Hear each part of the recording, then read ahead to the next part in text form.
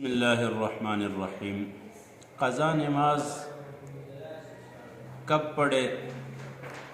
تو نماز جیسے ہی قضا ہو جائے تو حدیث میں آتا ہے کہ دو آدمیوں پر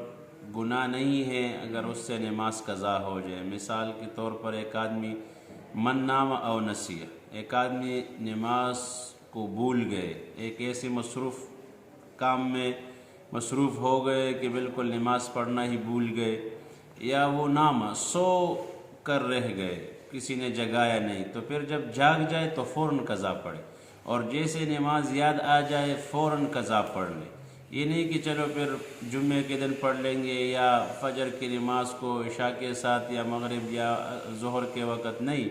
جیسے ہی نماز قضا ہو جائے اور یاد آ جائے اور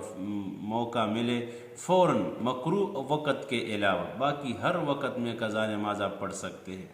تو صرف سنت قضا نہیں ہے، باقی سنتوں کی قضا، ظہر کی آپ نے صرف فرض پڑھنی ہے،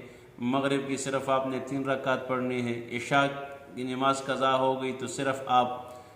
فرض پڑھ لے اور وطر پڑھ لے، وطر کی قضا ہے۔ اور البتہ فجر کی سنتوں کا بھی تاکید ہے، ان کو بھی 2 رکعت پڑھنا چاہیے، باقی سنتوں کی قضا نہیں ہے، فرض پڑھنا ہوگا۔ اور باقی کوئی وقت کی قید و بند نہیں، جس وقت بھی آپ پڑھ سکے فوراً آپ قضا نماز ادا کریں، اس کو انتظار نہ کرو کہ یہ کل یا پرسوں یا ظہر یا عصر کے ساتھ یہ پڑھیں گے، جب بھی موقع ملے فوراً قضا نماز ادا کریں۔